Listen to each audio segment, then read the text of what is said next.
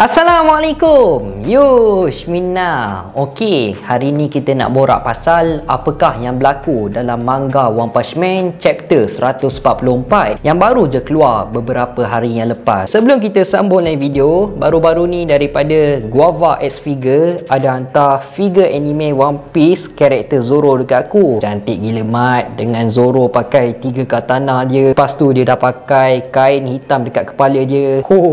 Cantik. Dan collection yang dia ada tu pun dia lebih fokus dekat model yang sama macam aku punya ni. Kalau korang nak dapatkan figure anime yang macam aku punya ni, korang boleh check it out dekat FB Guava X Figure. Kat situ memang banyak gila lah figure-figure yang korang boleh dapatkan. Korang boleh cuci mata dekat sana. Dorang juga ada YouTube channel iaitu Guava X Figure. Dorang buat konten unboxing figure-figure dan dorang ada tunjuk lah collection yang dorang ada. Jadi jom kita support channel Guava X Figure dan support juga video-video yang telah dihasilkan oleh dorang. Support juga perniagaan yang dorang buat. Okey, dah settle. Jom kita sambung lain video balik. Untuk dalam chapter ni memang totally gila dan banyak gila benda yang berlaku. Apa yang kita dapat tahu untuk dalam chapter kali ni, akan ada salah seorang daripada hero kelas S yang akan terkorban. Dan bagi aku, untuk dalam beberapa chapter ni kita ditunjukkan dengan babak yang agak ganas jugalah, disebabkan sekarang ni monster-monster ancaman naga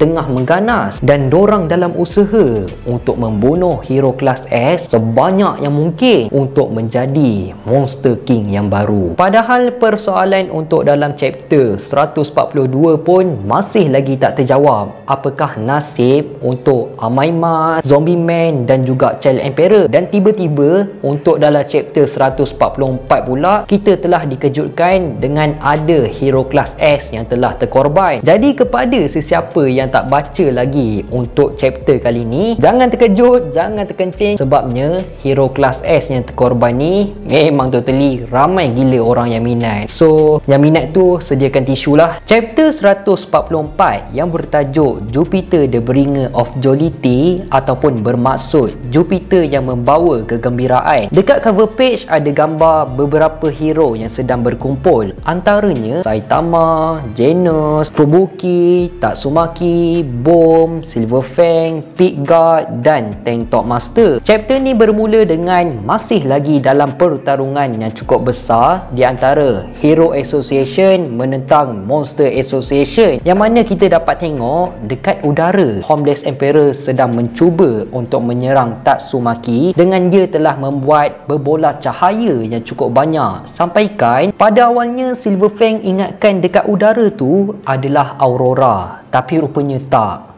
Korang jangan tanya pula Aurora tu apa. Korang tengok je lah dalam gambar, nanti faham lah tu. Sewaktu Homeless Emperor sedang menyerang Tatsumaki, kita pun dapat tengok lah reaksi untuk Homeless Emperor. Dia macam seakan menikmati dan bergembira dengan serangan dia tu. Dia macam seakan tengah main muzik je. Dia macam tengah layan lagu. Kalau korang tahu orkestra, Homeless Emperor ni dia seakan macam orang yang duduk dekat depan, orang yang tengah main muzik tu. Dia just macam bagi arahan je. Macam tu lah keadaan untuk Homeless Emperor waktu tu. Dalam masa yang sama juga, Black Sperm ada bersama dengan Homeless Emperor sambil dia sedang menyaksikan serangan Homeless Emperor. Sampailah satu masa Homeless Emperor ada cakap serangan dia tu dah sampai grand final untuk menewaskan Tatsumaki. Tapi rupanya serangan Homeless Emperor tu tak kena pun dekat Tatsumaki, sebabnya Tatsumaki sempat untuk tukarkan benda yang lain terkena dekat serangan Homeless Emperor tu. Jadi kiranya Tatsumaki pun terselamatlah daripada serangan Homeless Emperor. Jadi Homeless Emperor pun cakap, tak apa, untuk kali yang kedua aku akan bunuh dia menggunakan serangan carpet bombing. Lepas je dari tu, Black Sperm yang tengah tengok aksi Homeless Emperor, dia ada cakap dari belakang, dia tu kan manusia biasa je kan, kalau macam tu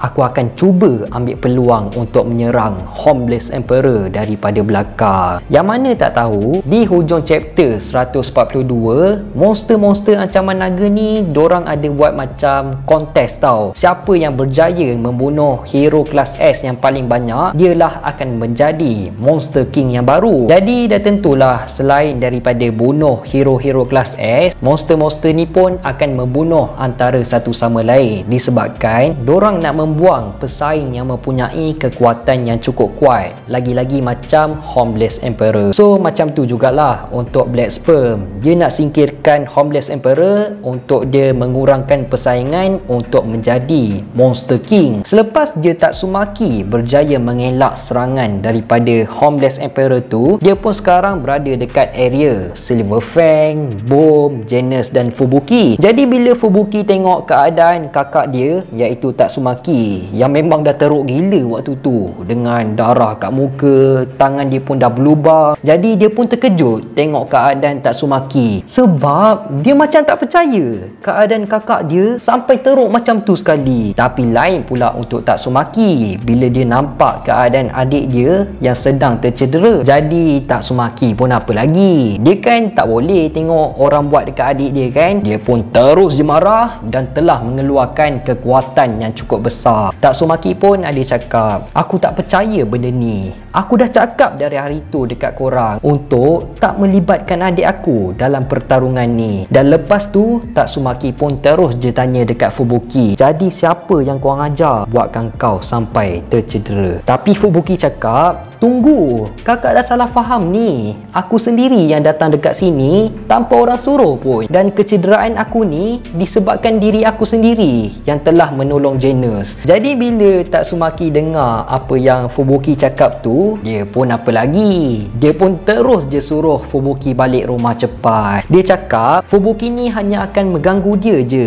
kalau dia ada dekat situ. Dan Tatsumaki pun tak tunggu apa, dia pun terus je nak pergi sambung bertarung semula. Tapi untuk dalam keadaan Tatsumaki yang tengah teruk macam tu, kalau dia masih lagi nak teruskan bertarung, berkemungkinan besar dia akan terkorban. Dan Fubuki pun cubalah untuk halang kakak dia daripada pergi sambung bertarung semula. Dia pun cakap dekat Tatsumaki, aku tak akan biarkan kau pergi, kau tak boleh nak sorokkan yang kekuatan kau ni dah sampai limit. Dari kecil lagi kau dah lindung aku, dan kau memang tak akan membiarkan sesiapa pun cuba untuk sakiti aku. Tapi bila aku dah mula faham apakah maksud kekuatan yang sebenar, jadi start dari situ pun aku dah perlahan-lahan cuba untuk faham kau. Aku akan kumpulkan orang yang betul-betul kuat sampailah kau boleh percaya. Jadi bila hari tu dah tiba, aku tak akan lagi hanya bergantung dekat kau je, disebabkan aku juga seorang hero. Jadi disebabkan apa yang Fubuki dah cakap tu, Tatsumaki pun tersenyum dan dia cakap dekat Fubuki yang sekarang ni dia dah makin kuat. Tapi Tatsumaki tetap tak rasa yang ada orang akan datang dan menyelamatkan dia. Jadi kalau Fubuki akan meningkat menjadi seorang hero yang hebat, Tatsumaki lah yang akan menjadi contoh yang baik untuk adik dia, dan dia pun terus je pergi sambung bertarung. Dalam masa yang sama juga, Genos ada cakap dekat Dora yang dia akan pergi menjadi backup untuk Tatsumaki. Walaupun Silver Fang dengan Fubuki dah cuba halang macam mana sekalipun, tapi Genos tetap berkeras. Dan Genos cakap lagi, jangan risau, selagi dia tak menggunakan kekuatan penuh dia, jadi dia tak akan meletup macam sebelum ni. Tapi kalaulah tiba-tiba dia terpaksa buat macam tu, Genos akan melindungi Tatsumaki walau apa pun jadi. Bila Silver Fang tengok semangat si Genos ni yang memang susah sangat nak mengalah tu, Silver Fang pun membuat keputusan untuk dia sertai Genos dalam pertarungan. Tapi sebelum Silver Fang pergi untuk sertai Genos, dia disuruh dekat Boom untuk jagakan Fubuki. Dan kalaulah tiba-tiba Garo muncul dekat situ, dia suruh Boom terus je bagi tahu dia. Okey, sekarang kita beralih pula dekat tempat Tank Top Master dan Pig God, yang mana dalam chapter sebelum ni dorang telah diserang oleh satu monster ancaman naga iaitu Gums. Waktu dorang kena serang tu, Gums tengah cuba untuk makan Tank Top Master, tapi nasib baiklah Tentok Master telah pun diselamatkan oleh Pickguard. Dan kita boleh nampak lah reaksi untuk Gums waktu tu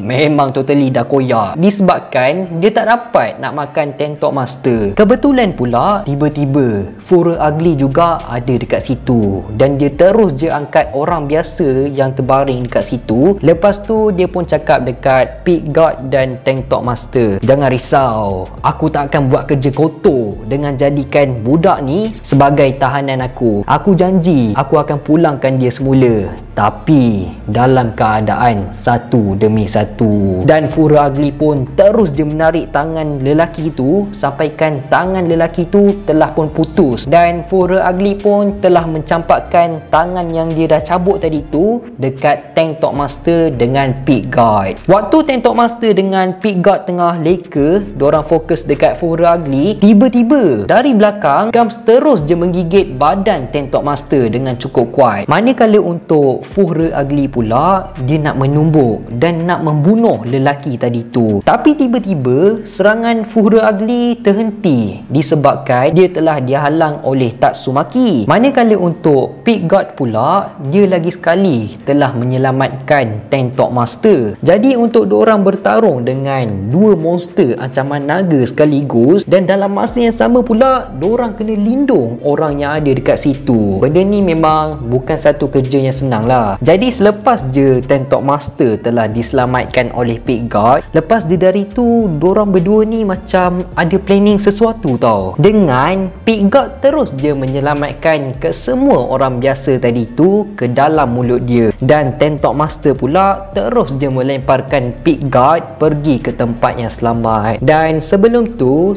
Tentok Master ada tinggalkan pesan dekat Pickguard yang mana dia suruh Pickguard cakapkan dekat Mumen Rider pihak hero pasti akan menang. Part ni aku rasa macam agak sedih jugalah dekat Tentok Master selepas sekejap lagi ada benda yang buruk berlaku dekat dia. Lepas je diorang dah berjaya menyelamatkan ke semua orang biasa yang berada dekat situ, si Fuhrer Ugly pun apa lagi, bertambah koyak lah member. Reaksi untuk Fuhrer Ugly waktu tu ngeri mat, memang menakutkan gila muka dia. Dan Fuhrer Ugly pun terus je berjaya melepaskan diri dari penghalang yang dibuat oleh Tatsumaki sampaikan Tatsumaki terlempar dekat batu. Dan lepas je dari tu Tentok Master dengan Fuhrer Ugly pun dorang berdua telah clash serangan dorang, dengan Tentok Master telah menggunakan serangan Ten Top Tackle, manakala untuk Fuhrer Ugly pula telah menggunakan serangan Forearm Kevin Punch. Tapi malangnya serangan daripada Fuhrer Ugly tu jauh lagi kuat daripada serangan Ten Top Master, sehingga kan akibat daripada serangan Fuhrer Ugly tu telah menyebabkan kedua-dua tangan Ten Top Master telah pun patah dengan teruk. Tangan Ten Top Master tu dah tak jadi rupa tangan dah. Disebabkan tu Fuhrer Ugly pun cakap dekat Ten Top Master, sekarang ni tak ada seorang pun daripada korang yang akan berjaya melarikan diri. Dan Fuhrer Ugly pun tak tunggu apa, dia pun terus je menyerang Ten Top Master dengan serangan Full Body Kevin Punch. Fuhrer Ugly telah pun menyerang Ten Top Master tanpa henti dengan serangan Full Body Kevin Punch sampaikan badan Ten Top Master telah pun hancur, dengan mata Ten Top Master pun telah pun terkeluar. Di hujung chapter, Gums telah pun memakan Ten Top Master, dan dekat sini kita boleh cakap berkemungkinan besar Ten Top Master memang dah terkorban. Lepas tu Gums dengan Fuhrer Ugly pun terus je menuju dekat Tatsumaki untuk menyerang dia pula. Dan untuk chapter 144 pun habis macam tu je. Untuk nyatanya dekat mana Saitama sekarang ni, mana hero yang mampu untuk menewaskan setiap monster dengan hanya satu pukulan je bila orang perlukan dia? Jawapan dia,